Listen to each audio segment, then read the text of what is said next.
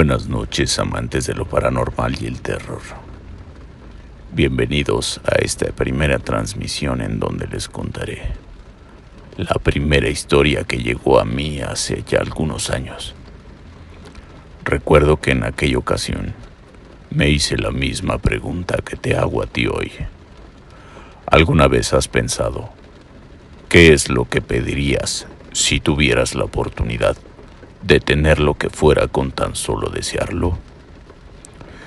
Esa fue la situación en la que se encontró nuestra pequeña amiga de la siguiente historia, a la cual he llamado el cuadro de las paletas. 1965.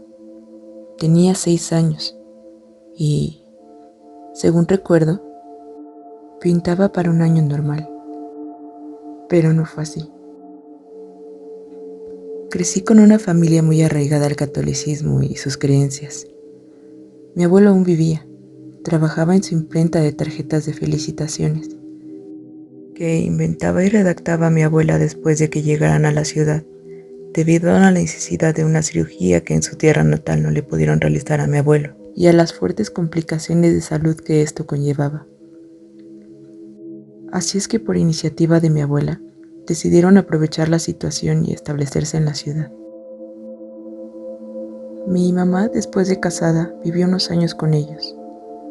Por lo tanto, cuando tenía algo que hacer, nos dejaba a mis hermanos y a mí en la casa sin preocupación alguna, sabiendo que siempre estaría su papá trabajando en la imprenta que había instalado en la misma casa donde vivíamos. En aquellos años solo éramos 3 hermanos, de 6 que después nos procederían. Comenzando por mí, la más pequeña. Mis 2 hermanos, Víctor de 8 y Fernando de 10.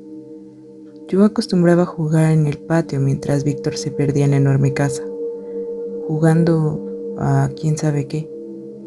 Nunca jugábamos juntos. Aquel día, yo como de costumbre jugaba a la farmacia con cajas vacías de medicinas reales, cuando algo llamó mi atención. Era el olor de ese dulce caramelo macizo, amarillo y naranja. Me hizo voltear al instante, solo para confirmar lo que ya suponía. Ver a mi hermano Víctor comiendo una paleta que yo no tenía. Titubeé unos segundos antes de atreverme a pedirle una, pues temía me dijera que no tenía una para mí. Y fue así.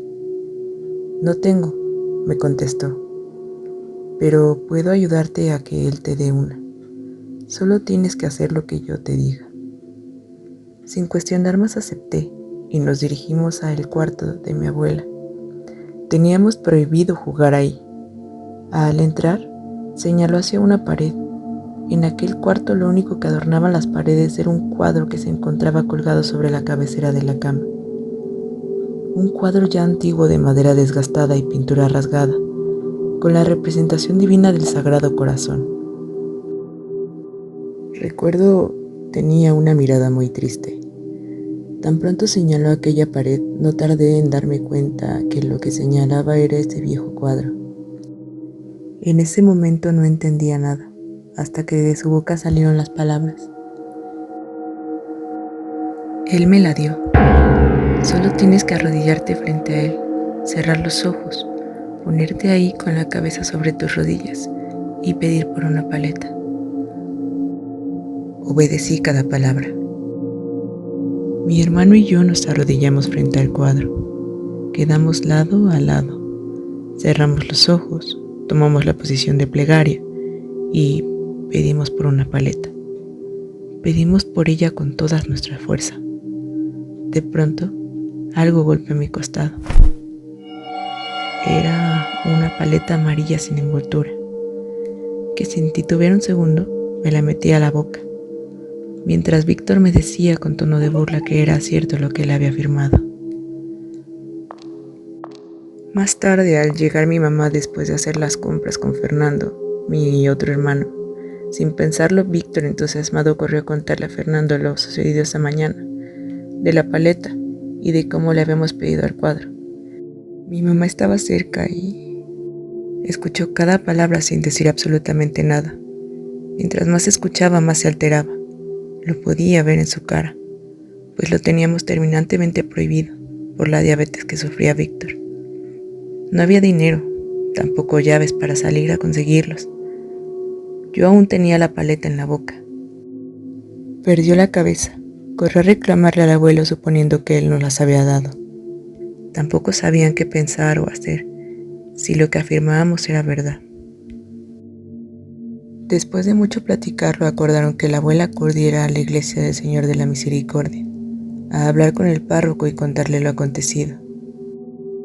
Al llegar a casa, después de hablar con él, se le veía muy alterada. Corrió hasta donde se encontraba colgado el cuadro. Lo descolgó y con él en las manos se dirigió al estudio de imprenta. Tomó un hacha y comenzó a destrozarlo. Con el petróleo que se utilizaba para el calentador, roció todo y le prendió fuego. Yo en ese instante rompí en llanto junto con mis hermanos al ver lo que pasaba con el cuadro. Para nosotros era algo mágico quemándose en aquel estudio. Para mi abuela y el párroco, algo que no debió haber ocurrido. Jamás se volvió a tocar el tema con mis papás y los abuelos.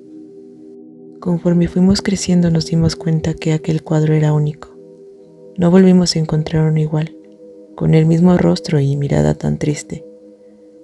Existen infinidad de versiones del Sagrado Corazón, pero ninguna como la que quemó la abuela. Nunca quiso decir lo que le dijo el padre. Hoy día ya no vive, y mi mamá está perdiendo la memoria, y no recuerda de dónde salió el cuadro, ni lo que le dijo a mi abuela. Víctor continuó buscando la misma versión de la pintura, incluso en iglesias. Y por mi parte seguí con la duda de todo lo acontecido.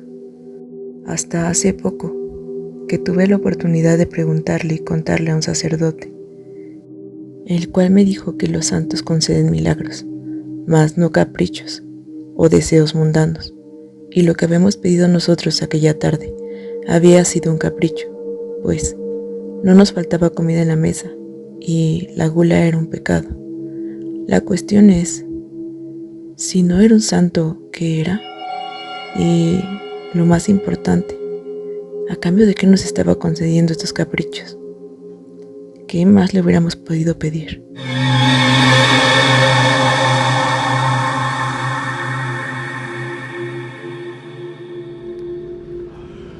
Gracias por acompañarnos en esta primera transmisión. Dejen sus comentarios y no dejen de buscar el cuadro de las paletas. Suscríbanse y no olviden poner la campana de notificaciones para que se les avise cuando subamos la segunda transmisión. Denle pulgar arriba y tengan dulces pesadillas.